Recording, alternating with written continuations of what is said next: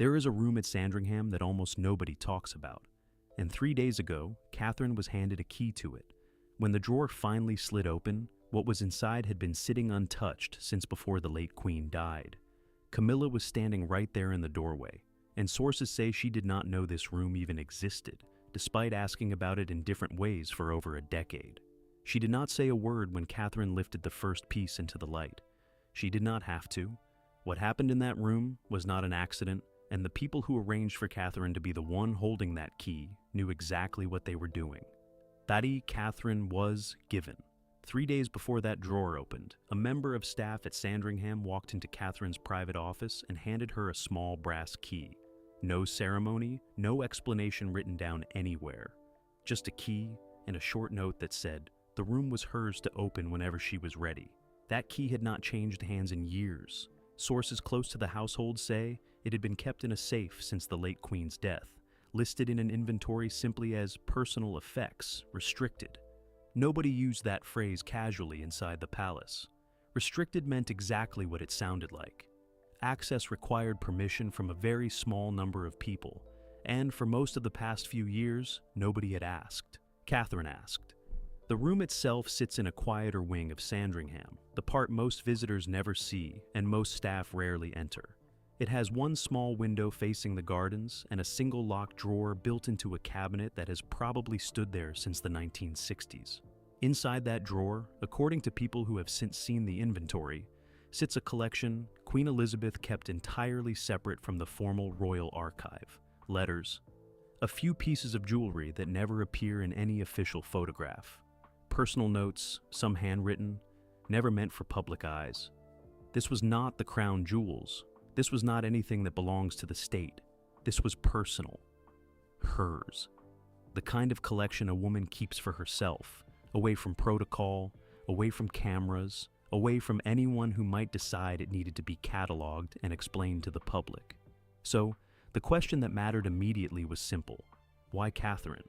Sources inside the household describe a conversation that took place weeks earlier between Catherine and a senior aide who had worked closely with the late Queen for over 20 years. That aide is one of the only people still living who knows exactly what sits inside that drawer. According to one account, Catherine asked a direct question. She wanted to know what would happen to the late Queen's personal collection, now that so much time had passed since her death. The aide reportedly told her nobody had decided yet. Nobody had been given the authority to decide. Catherine apparently said she would like to be that person. That is not a small thing to say inside a family built on hierarchy and precedent. The late Queen's personal effects were never simply handed to whoever asked first. There is an order to these things, an unspoken sense of who gets access to what. And Camilla, as the current Queen consort, would have every reason to assume she sat near the top of that order. She did not get the key. Catherine did. Sources say the decision did not come from Catherine alone. It came with quiet approval from someone with the standing to make that call. Someone whose word on matters like this still carries weight inside the household, regardless of formal title. That detail matters because it means this was not simply Catherine reaching for something she wanted. Someone decided she should have it. The timing is worth sitting with for a moment. This was not the anniversary of the late Queen's death. It was not a significant date on the royal calendar. It was an ordinary week, the kind that produces no headlines and no scheduled engagements worth mentioning. Which raises the obvious question. If there was no occasion forcing this decision, why move now? One person close to the household offered a theory that several others have since echoed. The family had been quietly debating what to do with the late Queen's most personal belongings for longer than anyone outside the walls realized. Some wanted everything kept locked away indefinitely.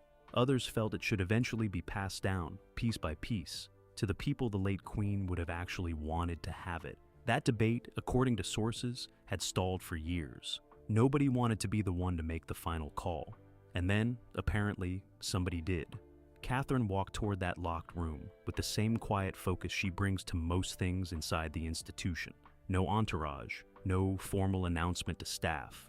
Just her, the key, and whoever happened to be nearby when she decided the moment had come. Camilla was nearby. Whether that was coincidence or something else entirely is the question that the rest of this story is going to answer. Because what happened in the next few minutes, inside that small room with one window and one drawer, was not just about old letters and forgotten jewelry. It was about who this family has decided should be trusted with what is left of the late Queen, and Camilla was about to find out exactly where she stood. What Camilla was never shown. Rewind to a winter afternoon, a little over 2 years ago.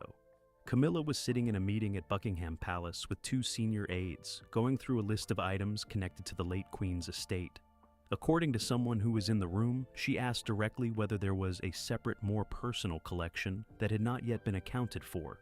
She had heard rumors of it, the same way most senior staff eventually do. One of the aides reportedly told her that no such collection existed in any documented form, and that whatever remained had already been distributed through the formal channels. That answer did not sit well with her. Sources close to the household say she raised the question again a few months later, this time more directly, asking who would actually know if something like that existed. She was told, politely but firmly, that the matter was not something she needed to pursue. Think about what that exchange actually means. Camilla had been the Queen consort for over 2 years at that point. She had stood beside Charles through his coronation, through state visits, through every formal occasion that requires the family to present a unified front to the public. And yet, when she asked a simple question about her late mother-in-law's personal belongings, she was redirected. Twice. That is not how access usually works inside a family, with this much history and this much protocol. Normally, asking twice and being told no, twice is itself an answer, and a fairly loud one. It tells you where you stand without anyone needing to spell it out. Compare that to what happened with Catherine. She asked once. She got a key within weeks. People close to the late Queen's inner circle describe her relationship with Camilla in her final years as cordial but never close. Cordial is doing a lot of work in that sentence. The late Queen extended the courtesies that the institution required. She included Camilla in family occasions. She allowed the public narrative of acceptance to take its natural course over many years, and by most accounts, she did eventually warm to her in a genuine way. But warmth and inclusion are not the same as trust with the personal stuff. The letters, the notes she kept for herself, the small items that meant something only because of the memory attached to them. Those are different categories entirely, and according to people who work closely with the late Queen, she was famously precise about who got access to which category of her life. One former member of staff, who asked not to be named because they still work in royal circles, put it plainly. The late Queen drew lines around her private world that very few people were ever invited across. Family by marriage did not automatically mean family by trust. That distinction, according to this person, applied to Camilla in a way it never quite applied to Catherine, even though Catherine arrived in the family considerably later. Why the difference? Several sources point to the same thing.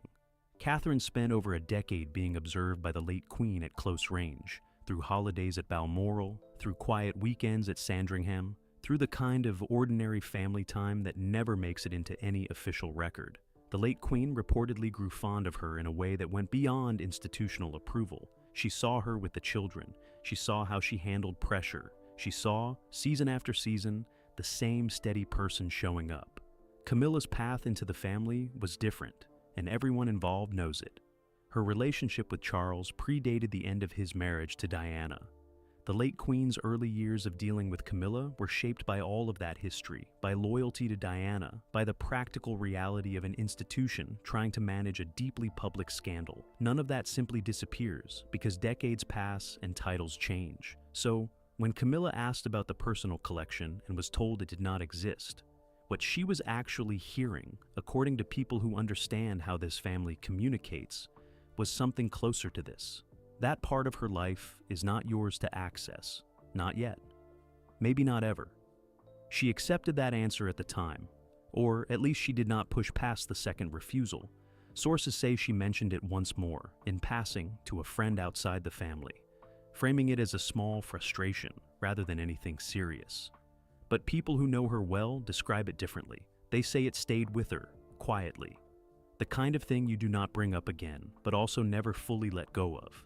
Now, picture her standing in that doorway at Sandringham, watching Catherine pull tissue paper away from something the late Queen kept hidden for decades. Watching the very thing she had been told twice did not exist. sitting right there in someone else's hands. That is not a small moment. That is years of quiet refusal landing all at once. The unveiling? Catherine reached into the drawer first and pulled out a small velvet box, the kind that has clearly been opened and closed thousands of times over the decades. She set it on the table between them and lifted the lid. Inside sat a brooch, gold with a cluster of small sapphires. Nothing flashy by royal standards, the kind of piece that would never make a state visit photograph. According to someone familiar with the inventory, that brooch was a gift from Prince Philip early in their marriage, long before either of them had any idea what the next 7 decades would actually demand of them. The late Queen apparently wore it only a handful of times in public, always on dates that meant something private to the two of them, rather than anything tied to official duty. Catherine held it up to the window light for a second, then set it down gently and reached back into the drawer. Camilla had not moved from the doorway. Sources say she took a step closer at this point, drawn forward almost without meaning to, the way people lean towards something they have spent years wondering about. The next item was a stack of letters, tied together with a faded blue ribbon that had clearly been retied more than once. Catherine did not open them. She held them up just long enough for the room to register what they were, then placed them carefully back at the edge of the drawer. According to the household source describing this moment, that single gesture said more than reading them aloud ever could have. These were not for sharing, not yet, maybe not ever. But their existence alone was the point. Then came the piece that apparently changed the temperature of the room entirely, a small leather notebook, worn soft at the corners, with handwriting visible on the open page. Catherine glanced down at it briefly before closing it again, and one source says her expression shifted in that moment, something between recognition and restraint, like she had just confirmed something she already suspected was there. Camilla asked what it was. That is the detail that several sources keep returning to, because it was the first thing she had said since walking into the room. Not a comment, not an observation. A direct question, asked in a voice one person described as noticeably tighter than her usual tone. Catherine reportedly told her it was a private journal the late Queen kept during certain periods of her reign, not a formal diary, nothing structured or dated consistently, just thoughts written down when she needed somewhere to put them. According to the source, Catherine added that she had been told very little about its actual contents and had not read past the first few pages herself. Whether that is entirely true is something nobody outside that room can confirm. What matters more is how Camilla responded to hearing it. She reportedly said nothing for a long moment. Then she asked who else knew this notebook existed. Catherine's answer, according to the account circulating among senior staff since that day, was that only a handful of people had ever known, and that she herself had only learned of it 3 weeks earlier. 3 weeks. Long enough to ask a question and receive a key, short enough that this was clearly not something that had been building toward Camilla for years and simply never reached her by accident. This is the moment several sources describe as the real turning point in that room. Not the brooch, not even the letters. The notebook, and the realization that Catherine had been brought into something this private, this quickly, while Camilla had spent over a decade on the outside of it without ever being told why. One person who has worked closely with the household for years offered a blunt assessment of what that exchange actually represented. It was not really about the notebook itself, they said. It was about who gets handed the keys to a legacy like this, and who does not, and how quickly that decision can be made once the people in charge decide it is time. Camilla's physical reaction in that moment has been described consistently by the few people who have spoken about it. She did not raise her voice. She did not ask to see the notebook herself. She stood very still, according to one account, her hands folded in front of her, watching Catherine close the drawer slightly, almost protectively. The way someone closes a door they are not ready to fully open yet. Then she asked one more question, whether Charles knew about any of this. Catherine reportedly paused before answering that one. The pause itself has become part of how this story is being told inside the household, because pauses like that rarely happen by accident in conversations this carefully had. When she finally answered, she said only that Charles was aware the room existed, without specifying how much detail he had actually been given about what was inside it. That answer apparently did something to the atmosphere in that room that nobody present has fully been able to describe in words. Sources say Camilla's expression changed in a way that several people who know her well found genuinely unfamiliar. Not anger exactly. Something closer to the specific stillness of someone recalculating everything they thought they understood about their own position in a single moment. She left the room shortly after that exchange, according to the staff member who witnessed most of the encounter. She did not ask to stay longer. She did not ask any further questions about the notebook or the letters or what else the drawer might contain. She simply said she needed to speak with Charles and walked out. Catherine remained behind for a while, returning each item to its place inside the drawer with the same care she had used to lift them out. The brooch first, then the letters, ribbon retied exactly as it had been. The notebook last, closed, and slid back into its corner. What had just happened in that small room, with one window, was not loud. There was no confrontation in the way these stories are sometimes told.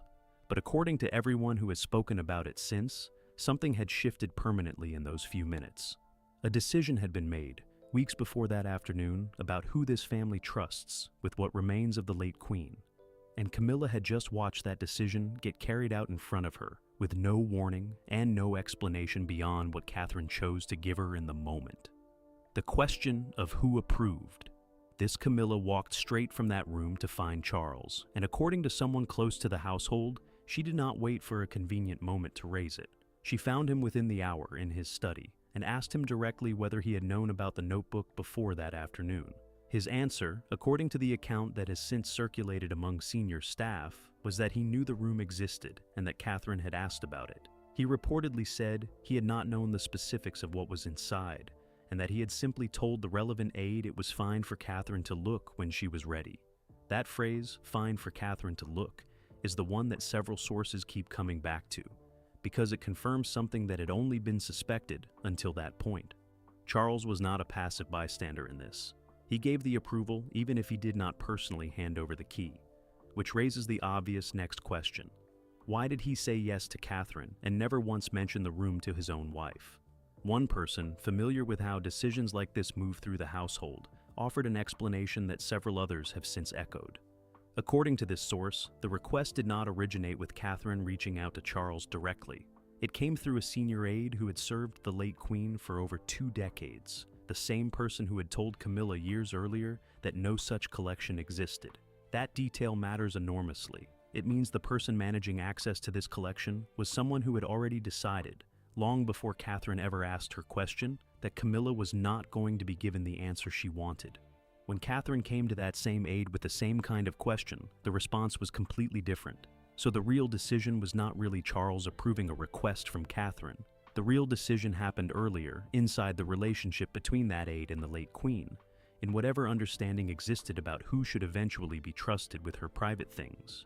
Charles, according to this account, was simply asked to confirm something that had effectively already been decided. That does not make him a bystander. He still said yes. He still chose not to mention any of it to Camilla, not when the aide first raised it, not in the weeks while Catherine was apparently waiting for the right moment, not even on the morning of the unveiling itself. A second source, someone who has worked in a senior capacity within the household for several years, offered a more pointed read on why Charles may have stayed quiet. According to this person, Charles has spent years trying to manage a very specific tension inside his own family. He wants Camilla fully accepted by the public and by the institution itself. At the same time, he is acutely aware that the late Queen's own feelings toward her took decades to soften, and that some of that hesitation never fully disappeared, even in her final years. Telling Camilla in advance that this moment was happening, according to this source, would have forced Charles to either defend his mother's decision to leave her out of it, or somehow intervene to include her, which was apparently never his to offer in the first place. Saying nothing let him avoid that conversation entirely, at least until Camilla forced it by walking straight into his study. William's position in all of this is where the story gets more complicated, because several sources describe his level of involvement very differently, depending on who is doing the describing.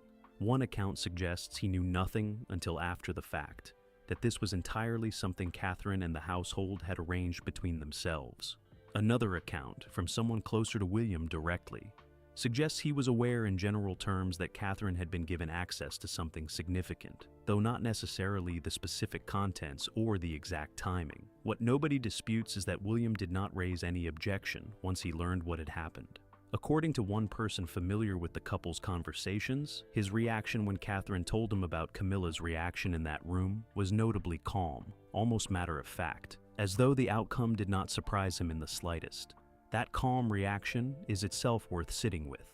If this had been an unexpected and unwelcome surprise, the kind of thing that creates real friction inside a marriage, you would expect some sign of that afterward, some tension, some indication that William felt his wife had stepped into something she should have handled differently. Sources describe the opposite. They describe him treating it almost as a natural, expected outcome of something that had simply been waiting for the right moment. Whether that calm reflects genuine indifference to how Camilla felt, or something closer to quiet approval of the entire sequence of events, is not something anyone outside that marriage can answer with certainty. But it does tell you something about where his priorities sit when it comes to questions like this. The aide at the center of all this, the one who told Camilla years ago that the collection did not exist and later helped arrange for Catherine to receive the key, has not commented publicly on any part of this story. According to people who still work alongside this person, they have remained as discreet about the entire episode as they were about the collection itself for all those years. That discretion is consistent with how this person has always operated inside the household, according to multiple sources. They served the late Queen for over 20 years and were known for an almost total unwillingness to discuss anything she considered private, even with other senior staff. If anyone genuinely understood where the late Queen's trust did and did not extend, it was this person, and their decision to treat Camilla's earlier questions one way and Catherine's question an entirely different way was not made carelessly. So, when you put the full picture together, what actually happened was this.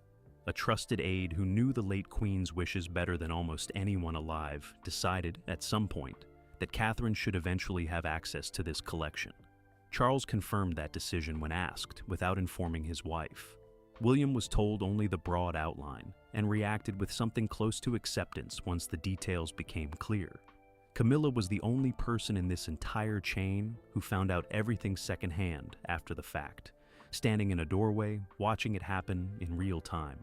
That is not how decisions usually unfold inside a family this practiced at managing appearances.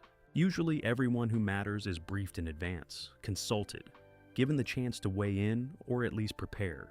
The fact that Camilla was the one exception tells you exactly how this family currently ranks her, whether anyone involved would ever say so, directly or not. What this says about where Camilla stands. A week after that afternoon at Sandringham, Camilla attended a public engagement in London, smiling for the cameras the way she always does, shaking hands, admiring a charity's new building, behaving exactly like a woman with nothing on her mind beyond the ribbon she was about to cut. Nobody watching that footage would have guessed what had happened 7 days earlier in a small room with one window. That contrast is the entire story if you step back far enough to see it. The public version of Camilla looks completely unaffected. The private version, according to everyone who has spoken about this, is someone still working through what that afternoon actually confirmed about her place inside this family. Sources close to the household describe her mood in the days immediately following as quieter than usual. Not withdrawn exactly, but noticeably less talkative in meetings where she would normally offer an opinion. One person who works alongside her on a regular basis said she seemed to be turning something over in her mind, the kind of distraction that shows up in small ways, asking someone to repeat themselves, letting a silence sit a beat too long before responding. What she has not done, according to multiple accounts, is raise the matter again with Charles. She asked her questions that first day in his study, and apparently has not returned to the subject since. That alone tells you something. This is a woman who, in the past, has been willing to push when she feels she has been excluded from something that should have included her. She pushed about the existence of the collection itself more than once, years earlier. This time, after getting her answer, she stopped. One interpretation, offered by someone who has watched her navigate difficult moments inside the family before, is that she understood immediately there was nothing left to negotiate. The decision had already been made and carried out. Raising it again would only confirm how much it bothered her, without changing anything about who holds that key now. That reading lines up with something else worth noting. Camilla has spent years building a version of herself inside this institution that is steady, accommodating, rarely seen complaining in public or even in private about her position. People who have worked with her for a long time describe someone who picks her battles with real discipline, who understands that the family's tolerance for visible friction involving her specifically is thinner than it would be for almost anyone else in that household. She knows what she can push on and what she cannot. This apparently fell into the second category. But knowing when not to fight does not mean the moment cost nothing. Several sources describe what happened in that room as less about the objects themselves and more about what they confirmed regarding trust. The brooch was just a brooch. The letters were just letters. The notebook was just paper and ink. None of it has any value beyond what the late Queen's hand once did with it. What it represented was something else entirely. It was proof, delivered without a single word of explanation, of where Camilla actually sits in this family's internal hierarchy of trust.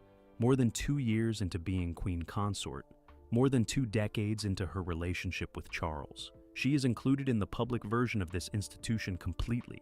She is included in the private version considerably less than she may have assumed. Catherine, for her part, has said nothing publicly about any of it, which is exactly what you would expect. There has been no statement, no carefully placed story in a friendly outlet. Nothing that suggests anyone is trying to use this moment against Camilla in any visible way. Sources describe Catherine's approach since that afternoon as business as usual, continuing with her schedule, her patronages, the steady accumulation of small public moments that has defined her approach to this role for years. That restraint matters too. If this had been about humiliating Camilla, there would be easier and louder ways to do it than quietly opening a drawer in front of her and saying very little. The fact that nothing has leaked through official channels, that this entire episode is only known because people inside that household eventually talked, suggests it was never designed as a public statement in the first place, which makes the private dimension of it more significant, not less. Decisions about trust inside this family rarely get announced. They get demonstrated in small rooms in front of the people they are meant for, and then everyone involved is simply expected to understand what happened without anyone spelling it out. Camilla understood. That much is clear from how she has behaved since. She has not tried to access the room again. She has not asked Charles to intervene on her behalf. She has resumed her public duties with the same composure she always brings to them, and if anyone outside her closest circle is looking for visible evidence that anything happened at all, they will not find it. But inside that circle, people describe someone who is recalculating, not in a dramatic way. In the quiet, ongoing way that people recalculate when they realize a relationship they believed was settled is actually still being decided, year after year, by people who have never fully told them where they stand. The late Queen spent 70 years building an institution defined by exactly that kind of quiet certainty about who belonged where. She rarely explained her decisions about trust. She simply made them, and the people around her were expected to read the room. Catherine, by every account, has learned that lesson well.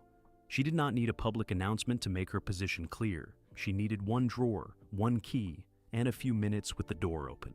Camilla, watching from that doorway, got the message the late Queen never delivered to her directly while she was alive. It arrived 2 years late, carried by someone else entirely, in a room neither of them had any reason to expect the other would be standing in that afternoon. Whether that message changes anything about how this family actually functions going forward is not something anyone can answer yet. What it has already changed is smaller, but real. Camilla now knows, in a way she did not before that day, exactly how far her place inside this family extends, and exactly where it quietly stops. The brooch went back in its box. The letters were retied with the same ribbon. The notebook was closed and returned to its corner, exactly where it had sat for years before anyone opened that drawer again. But what happened in that room did not stay inside it. Camilla learned something that afternoon that nobody had ever been willing to tell her directly. Catherine learned, without needing to say a word, that the family's trust had quietly settled in her hands. The late Queen never explained who she trusted with what. She simply decided, and 2 years after her death,